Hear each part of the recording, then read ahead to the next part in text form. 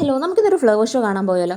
എൻ്റെ ശാന്തിഗിരിയിൽ റീസെൻ്റായിട്ട് സ്റ്റാർട്ട് ചെയ്തിട്ടുള്ള ഫ്ലവർ ഷോയ്ക്കാണ് പോയിട്ടുണ്ടായിരുന്നത്. അതുമല്ല, ഞാൻ പോയത് കറക്റ്റ് ടൈമിനായിരുന്നു കേട്ടോ. കാരണം 4 PM 4 മണിക്ക് ഈവനിങ്ങിലാണ് ഞാൻ എത്തിയിട്ടുണ്ടായിരുന്നത്. കാരണം ആ ഒരു ടൈം ആകുമ്പോൾ ആ ഒരു സൺലൈറ്റിൽ നമ്മുടെ ഈ ഫ്ലവേഴ്സ് കാണാൻ അടിപൊളിയാണ്. ആദ്യം ഞാൻ വെയിലാണെന്ന് ഉദ്ദേശിച്ചെങ്കിലും പക്ഷേ സൺലൈറ്റ് മാറിക്കഴിഞ്ഞാൽ അവിടെ ലൈറ്റിങ്സും കാര്യങ്ങളും ഉണ്ടെങ്കിലും ഫ്ലവേഴ്സ് നമ്മൾ ഈ ഒരു സൺലൈറ്റിൽ കാണുന്നതായിരിക്കും സൂപ്പർബായിട്ടുള്ളത്.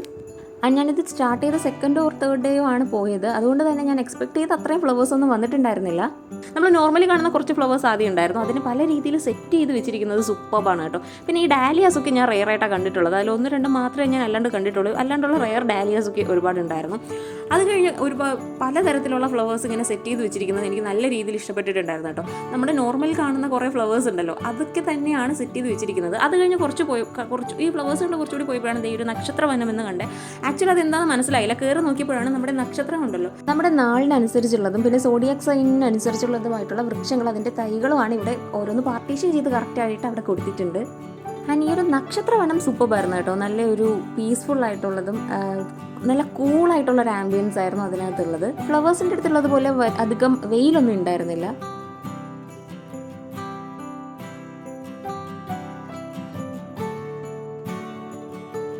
അങ്ങനെ കുറച്ചും കൂടി നടന്നു പോയപ്പോഴാണ് അത് ഈ ഒരു സംഭവം കണ്ടത്. ഈ ചെറിയൊരു പശുക്കുട്ടിയൊക്കെ കാണാനായിട്ട് അടിപൊളിയായിരുന്നു കേട്ടോ. നല്ല രസമുണ്ടായിരുന്നു. എനിക്ക് ഫ്ലവേഴ്സിനെക്കാളും ഈ പശുക്കുട്ടിയെ കണ്ടപ്പോൾ നല്ല രീതിയിൽ എനിക്കത് ഇഷ്ടപ്പെട്ടിട്ടുണ്ടായിരുന്നു. കുറച്ച് നേരം ഞാൻ അതൊക്കെ നോക്കി നിന്നു. അങ്ങനെ അത് കഴിഞ്ഞ് കുറച്ചും കൂടി പോകുമ്പോൾ പിന്നെയും കുറച്ച് ഫ്ലവേഴ്സും സെറ്റിങ്സുമാണ്. ഇവിടെയാണ് അഡീനിയം, പിന്നെ അതല്ലാണ്ട് ലിറ്റിൽ നമ്മൾ കാണുന്ന കുറേ ഫ്ലവേഴ്സ്, പിന്നെ നോർമലി കാണുന്ന ഫ്ലവേഴ്സാണ്. എല്ലാത്തിൻ്റെ പേരൊന്നും എനിക്കറിയത്തില്ല. അഡീനിയത്തിൻ്റെ ഒരുപാട് വെറൈറ്റീസ് ഉണ്ട് കേട്ടോ. ഇതല്ലാതെ ഡബിൾ പെറ്റൽ പിന്നെ പല കളേഴ്സിലുള്ള അഡീനിയം ഉണ്ട്, അതിന് വരുന്നുണ്ട്. ഒരുപാട് വെറൈറ്റീസ് ഓഫ് ഫ്ലവേഴ്സ് ഇല്ലെങ്കിൽ നമ്മൾ നോർമലി കാണുന്ന ഫ്ലവേഴ്സും പിന്നെ കുറച്ച് റെയർ ആയിട്ടുള്ള ഫ്ലവേഴ്സ് മാത്രമേ ഉള്ളൂ. എന്നാൽ ആ ഫ്ലവേഴ്സിനെ തന്നെ നല്ല ഡിസൈനോട് കൂടി സെറ്റ് ചെയ്ത് വെച്ചിരിക്കുന്നത് കാണാൻ നല്ല ഭംഗിയാണ് കേട്ടോ. അരയിനത്തിൻ്റെ പാർട്ടീഷനായിട്ട് അരയിനം പോലെ പിന്നെ ലോട്ടസൊക്കെ പോലെ നല്ല രീതിയിൽ ഡിസൈനോട് കൂടി സെറ്റ് ചെയ്ത് വെച്ചിരിക്കുന്നത് അത് സൂപ്പർബാണ്. അത് കാണാനായിട്ട് ഒരു വെറൈറ്റി ഒരു ലുക്കൊക്കെ ഉണ്ടായിരുന്നു. അതെന്തായാലും അടിപൊളിയാണ്. ആൻഡ് ഫെസ്റ്റിന് വരുവാണെങ്കിൽ ഒരു ഈവനിങ് 4 PM ആ ഒരു ടൈമിനൊക്കെ വരുന്നത് വളരെ ബെസ്റ്റ് ആയിരിക്കും. കാരണം ഈ ഒരു സൺലൈറ്റിൽ നമ്മുടെ ഈ ഫ്ലവേഴ്സും ഈ ഒരു ഡിസൈനൊക്കെ കാണാൻ അടിപൊളിയാണ്. സോ ഞാൻ കുറച്ച് മുമ്പ് പറഞ്ഞ ഈ ഒരു ഡിസൈനോട് കൂടിയ ഫ്ലവേഴ്സൊക്കെ നമുക്ക് കുറച്ചൊന്ന് കാണാം.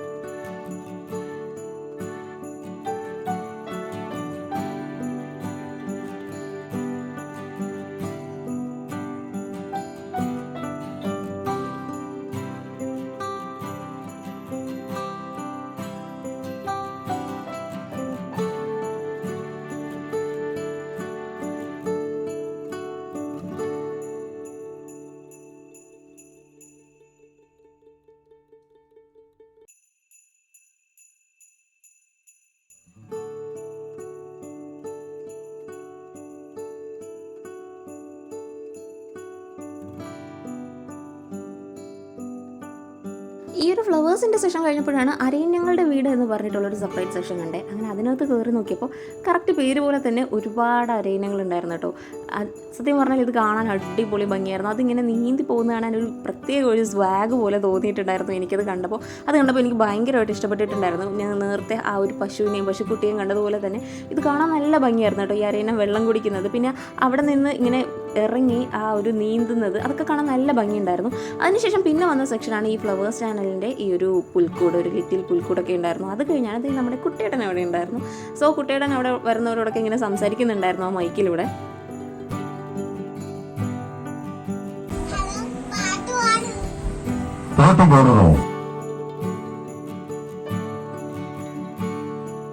ഇത് കഴിഞ്ഞ് നെക്സ്റ്റ് വരുന്നത് പക്ഷികളുടെ സ്വതന്ത്ര ലോകം എന്ന് പറയുന്നൊരു സെക്ഷനാണ്. ഫുൾ ബേർഡ്സ് ആണ് കേട്ടോ, ലവ് ബേർഡ്സ്, പിന്നെ വേറെ വെറൈറ്റി ഓഫ് കുറച്ച് ബേർഡ്സ് ഉണ്ട്.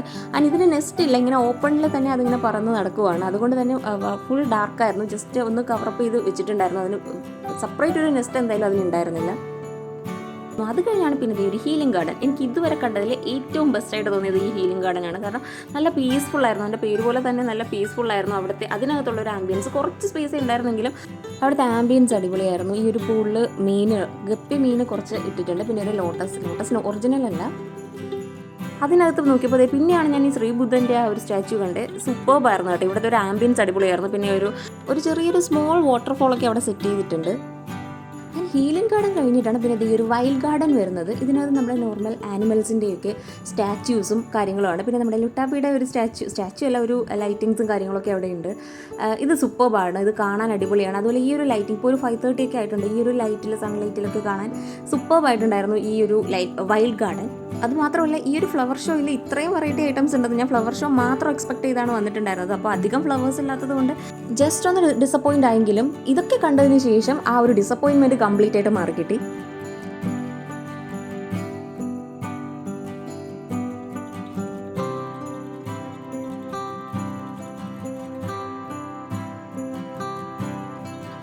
ഈ ഒരു വൈൽഡ് ഗാർഡൻ്റെ ഓൾമോസ്റ്റ് എൻ പോർഷനിലാണ് ഈ ഒരു സംഭവം ഞാൻ കണ്ടത്. ഇത് എനിക്ക് ഭയങ്കരമായിട്ട് ഇഷ്ടപ്പെട്ടിട്ടുണ്ടായിരുന്നു. അത് മാത്രമല്ല ഒരു 5:30 ഒക്കെ ആയി ആ ഒരു ടൈമിൽ.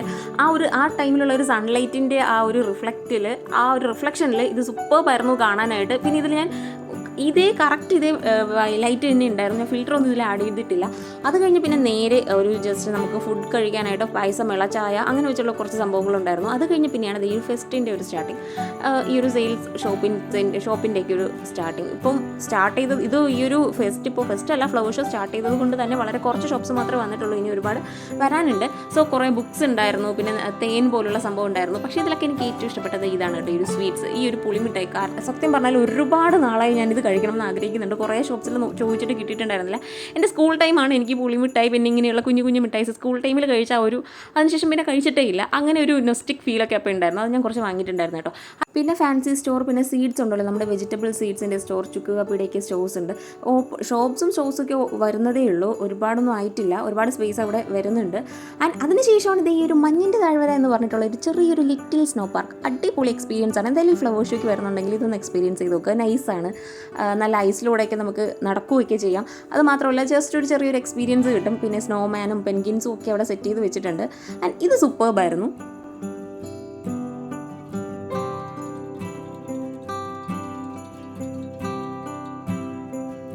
അങ്ങനെ ഇതൊക്കെ കഴിഞ്ഞ് പുറത്തിറങ്ങിയപ്പോൾ ഏകദേശം ഒരു 7 PM ആയിട്ടുണ്ട്. സൺലൈറ്റൊക്കെ കറക്റ്റ് മാറിയിട്ടുണ്ട് കംപ്ലീറ്റ് ആയിട്ട് ഓൾമോസ്റ്റ്. അങ്ങനെ അവിടെ പിന്നെ പാർക്കിലാണ് പോയത്. പാർക്കിൽ ഒരുപാട് റൈഡ്സിൻ്റെ അവിടെ ഒരു വർക്കൊക്കെ നടക്കുന്നതേ ഉള്ളൂ. പിന്നെ കുറേ നേരം അവിടെ നിന്ന് കുറേ നേരം കഴിഞ്ഞ് പിന്നെ കുറേ സ്നാക്സ് പാർക്സ് ഒക്കെ ഇടയ്ക്കിടയ്ക്ക് ഉണ്ട്. അതൊക്കെ കഴിഞ്ഞിട്ട് പിന്നെ ഫുഡ് കഴിക്കാനായിട്ട് തിരിച്ച് ഫുഡ് കോർട്ടിലേക്ക് വന്നു. ദോശമേള എന്ന് പറയുന്ന സ്ഥലത്താണ് ഞാൻ വന്നിട്ടുണ്ടായിരുന്നത്. അവിടെ നിന്ന് ഗീ മസാല ദോശ ഓർഡർ ചെയ്തു കേട്ടോ. ലൈവായിട്ട് അതിന് നമുക്ക് ഉണ്ടാക്കി തരും. എന്തായാലും ഇത് സൂപ്പർ ടേസ്റ്റാണ്. എനിക്ക് നല്ല രീതിയിൽ ഈ ഒരു ഗീ മസാല ദോശ ഇഷ്ടപ്പെട്ടിട്ടുണ്ടായിരുന്നു.